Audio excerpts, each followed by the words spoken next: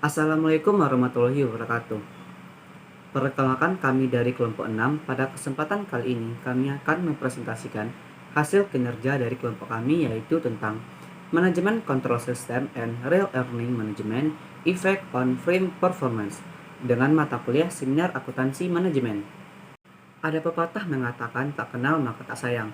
Inilah anggota dari kelompok 6. Yang pertama yaitu ada Fioni Hildayati, yang kedua ada Siti Nurhaliza, yang ketiga ada Suci Rahmadani Sadri, dan yang keempat saya sendiri Muhammad Fauzi Ali. Pada kesempatan kali ini kita akan membahas 6 topik materi kita. Yang pertama ada Introduction of Management Research, yang kedua ada Conceptual Background and Literature Review, yang ketiga ada Hypothesis Formulation, yang keempat ada Method, yang kelima ada Result, dan yang keenam ada Conclusion. Baik, kita akan masuk kepada materi yang pertama yaitu Introduction. Nah, kita masuk ke materi yang pertama yaitu Introduction. Dalam artikel ini menguji apakah MCS secara interaktif mendukung manajemen dalam mengambil tindakan nyata untuk memenuhi target pendapatan dan secara konseptual akan diklasifikasikan sebagai REM. Membuat REM lebih berhasil dalam hal peningkatan kinerja organisasi. Oleh karena itu dibuat dua prediksi. Yang pertama, pekerjaan sebelumnya menemukan bahwa penggunaan MCS secara interaktif memfasilitasi diskusi dan implementasi rencana aksi, membantu manajer meningkatkan waktu pengambilan keputusan mereka dan mengarah pada praktik manajemen yang lebih baik. Pada penggunaan interaktif mendukung evaluasi, pemilihan dan implementasi tindakan REM yang mengarah pada peningkatan profitabilitas perusahaan di masa depan. Baiklah, kita akan masuk ke pembahasan yang kedua, yaitu mengenai Conceptual Background and Literature Review. Yang pertama, kita akan menjelaskan mengenai manajemen laba real. Penghasilan dapat dikelola dengan mengubah waktu dan struktur transaksi investasi, operasi, dan pembiayaan. Terdapat dalam Forbes tahun 2016. Ini disebut dengan manajemen laba real atau RIM, dan telah diselidiki dalam literatur akuntansi keuangan dengan memeriksa rencana tindakan manajerial atas R&D dan pengeluaran iklan, pengurangan harga penjualan, penjualan aset, kelebihan produksi, atau pembelian kembali saham. Untuk mempengaruhi pendapatan, tindakan RIM yang memungkinkan memiliki skala moneter yang besar biasanya diambil menjelang akhir tahun fiskal, karena manajer menyadari bahwa mereka tidak berada di jalur yang tepat untuk memenuhi target pendapatan jangka pendek dan mengambil tindakan untuk menyelesaikannya. Selanjutnya kita akan masuk ke pembahasan sistem pengendalian manajemen dalam tindakan. MCS didefinisikan sebagai formal, rutinitas berbasis informasi, dan prosedur yang digunakan manajer untuk mempertahankan atau mengubah pola dalam kegiatan organisasi. Mengikuti Hendrik tahun 2006, definisi ini terdiri dari sistem perencanaan, pelaporan, dan pemantauan. MCS memberikan informasi yang memungkinkan mengevaluasi dan mengidentifikasi strategi optimal untuk memenuhi tujuan perusahaan, menyelaraskan fokus seluruh organisasi untuk mencapainya. MCS meningkatkan prediktabilitas pendapatan, mengurangi waktu yang dihabiskan untuk tugas-tugas kontrol, memberikan tanggung jawab atas hasil kepada anggota organisasi tertentu, mengurangi risiko perilaku disfungsional, dan memberikan keleluasaan kepada manajer untuk mengejar beberapa target tujuannya. Literatur berfokus pada dua dimensi utama, yaitu MCS didesain dan pola perhatian. Baiklah, kita akan membahas tentang Hypothesis Formulation. Hypothesis Formulation terdapat dua bagian. Yang pertama, penggunaan MCS dan RIM secara interaktif. Yang kedua, efek gabungan dari penggunaan interaktif MCS dan RIM pada kinerja perusahaan. Baiklah, yang pertama kita akan membahas terlebih dahulu tentang penggunaan MCS dan RIM secara interaktif, di mana manajer sering dievaluasi pada kinerja laba mereka. Ini dapat terwujud secara langsung dalam kontrak kompensasi mereka, misalnya dengan mengkondisikan bonus tahunan untuk memenuhi target pendapatan, atau secara tidak langsung melalui peningkatan nilai saham untuk memenuhi tolak ukur pendapatan yang meningkatkan remunerasi berbasis saham manajerial. 10 angka pendapatan mungkin juga penting bagi manajer yang bersangkutan dengan tidak memicu perjanjian hutang dalam perjanjian pinjaman mereka. Karena perjanjian keuangan umumnya ditulis menggunakan rasio pendapatan sederhana, seperti EBITDA atas hutang. Oleh karena itu, diperkirakan bahwa penggunaan interaktif dapat berdampak pada bagaimana strategi RIM dirumuskan, di mana penggunaan interaktif MCS mengurangi potensi masalah insentif yang ditimbulkan oleh tekanan target pendapatan jangka pendek. Melalui penggunaan interaktif, manajer melibatkan diri dalam mendeteksi ide-ide baru dan dalam mobilisasi sumber daya di sekitar ide-ide ini, memicu aliran keputusan yang berorientasi strategi. Yang kedua, efek gabungan dari penggunaan interaktif MCS dan RIM pada kinerja perusahaan, di mana keputusan bisnis mandiri mungkin optimal jika diselaraskan dengan tujuan strategi perusahaan, tetapi juga dapat merusak nilai jika tidak. Di satu sisi, untuk perusahaan yang terlibat dalam strategi RIM suboptimal yang mengubah operasi perusahaan untuk mempengaruhi jumlah yang dilaporkan, manajer dapat mengekspos perusahaan ke biaya ekonomi masa depan. Misalnya, menunda dimulainya suatu proyek meningkatkan risiko pesaing mengalahkan perusahaan dalam perlombaan memasarkan produk atau jasa. Pemotongan investasi diskresioner seperti iklan atau kualitas produk, menciptakan biaya masa depan, atau memulihkan pelanggan yang hilang. Pemotongan biaya pemeliharaan dapat meningkatkan kerusakan atau mengurangi masa manfaat aset, meningkatkan biaya untuk memperbaiki masalah yang ditimbulkan oleh kurangnya investasi awal. Pembahasan selanjutnya terkait metode. Di dalam penelitian ini dilakukan secara kuantitatif dengan 60 sampel perusahaan, di mana kita lihat metode yang pertama yaitu tentang pengumpulan data. Penelitian ini menggunakan data arsip dan survei untuk menguji prediksi. Data arsip berasal dari SABI.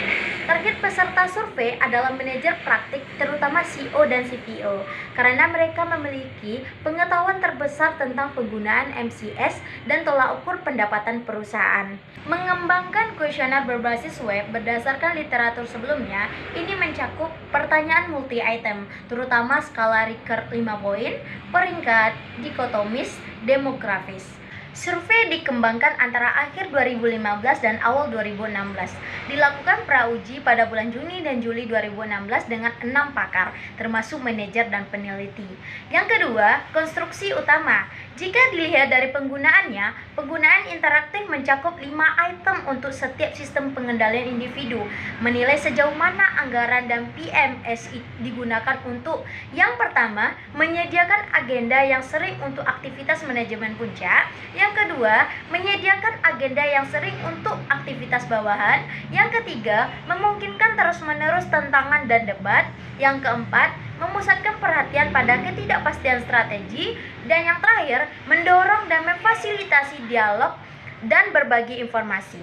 Penggunaan diagnostik mencakup ukuran 5 item untuk menilai sejauh mana secara individual PMS dan anggaran digunakan untuk yang pertama, mengidentifikasi variabel kinerja kritis, yang kedua, menetapkan target untuk variabel kinerja kritis, yang ketiga, memantau kemajuan menuju kinerja kritis target, yang keempat, memberikan informasi untuk mengoreksi penyimpangan dari target kinerja yang telah ditetapkan, dan yang terakhir, meninjau bidang kinerja utama. Dan jika dilihat dari manajemen realnya, di mana manajemen laba real diukur dengan menggunakan Graham et al. 2005, instrumen yang berdiri dari 4 item pengukuran RIM. Responden diminta untuk mempertimbangkan skenario di mana mendekati akhir tahun, seperti perusahaan Anda mungkin berada di bawah target pendapatan yang diinginkan. Jika dilihat dari kinerja perusahaan, menggunakan 2 ukuran kinerja perusahaan yang dihitung dengan menggunakan data laporan keuangan yang diperoleh dari SABI. Yang pertama, ROE, yang kedua, ROCE. ROE adalah laba bersih di atas nilai buku ekuitas, sedangkan ROCE adalah laba bersih yang ditambah biaya keuangan atas ekuitas ditambah hutang jangka panjang. ROE dan ROCE lebih dipilih daripada ROA karena mereka mereka cenderung tidak terpengaruh secara mekanis oleh tindakan RIM, operasi dan investasi yang dipelajari. Yang ketiga yaitu pendekatan metodologis. Digunakan regresi multivariat untuk menguji hipotesis. Untuk menguji hipotesis 1, mengestimasi model regresi menggunakan AMCS sebagai variabel prediktor dan RIM sebagai variabel dependen. Dalam pengujian 2, hipotesisnya yaitu model 2 mengontrol pendorong kinerja perusahaan mengikuti pekerjaan sebelumnya. Misal Jenke et al. Atau Henike et al. Mengenai tingkat perusahaan menyertakan karyawan sebagai proksi ukuran. Selanjutnya kita masuk kepada hasil utama. Hipotesis 1 atau H1 berpendapat bahwa menggunakan MCS secara interaktif berhubungan positif dengan REM. Hasil menunjukkan bahwa penggunaan interaktif dapat memicu REM. Setidaknya pada tingkat operasional dengan cara yang relatif cepat menunjukkan bahwa penggunaan interaktif mendorong manajer untuk memikirkan kembali operasi mereka, menolak fokus dan debat yang mengarah pada munculnya inisiatif dan penemuan dan implementasi rencana aksi baru. Hipotesis H2 mengemukakan efek modernisasi dari penggunaan interaktif MCS. Interaktif dalam hubungan antara REM dan kinerja perusahaan.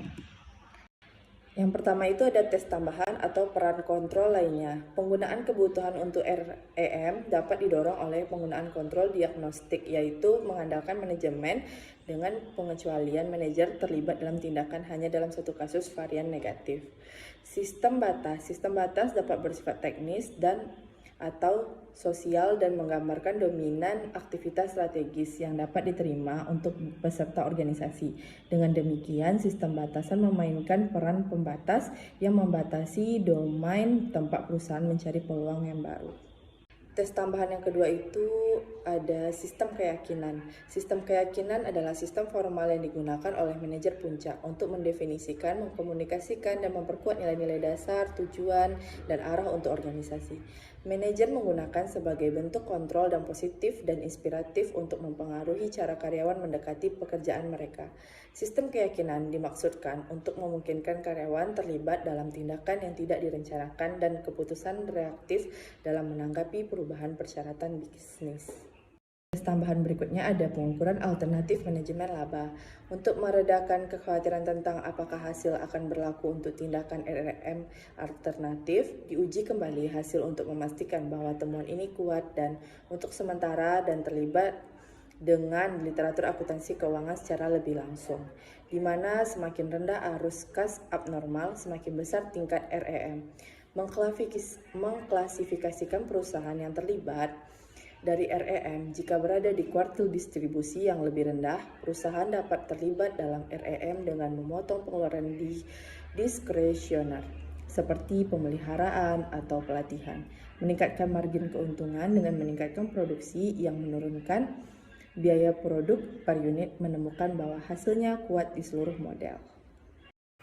Nah, masuk kita ke materi yang terakhir yaitu conclusion. Asumsi utama dalam kerangka kami adalah bahwa penggunaan MCS membantu menyeimbangkan kebutuhan investasi jangka panjang, inovasi, dan kendala. Untuk tujuan ini, kami mengkonseptualisasikan MCS dalam kerangka kerja LOC, karena memberikan perhatian khusus pada interaksi mekanisme kontrol yang berbeda, dan pada pola perhatian dalam mengelola tolak ukur organisasi. Manajer memobilisasi sistem kontrol mereka dalam mencari solusi berasal dari manajemen laba. Studi ini rentan terhadap kelemahan yang biasa berkaitan dengan reliabilitas dan validitas item dan tes dalam penelitian survei. Meskipun kami mengikuti praktik yang direkomendasikan dalam desain penelitian, seperti penggunaan sumber yang berbeda atau arsip dan data survei untuk mengukur ketergantungan dan variabel independen. Penelitian di masa depan dapat memeriksa masalah ini dengan menggunakan desain penelitian alternatif, yaitu data panel dari 2 atau 3 survei dengan jeda waktu. Keterbatasan yang jelas adalah bahwa sampel kami tidak dipilih secara acak. Sebaliknya, kami telah menunjukkan manfaat penelitian mengakses asosiasi manajer praktik seperti penelitian sebelumnya. Dengan demikian, mengingat keterbatasan ukuran sampel dan karakteristik sampel, generalisasi hasil harus dilakukan dengan hati-hati.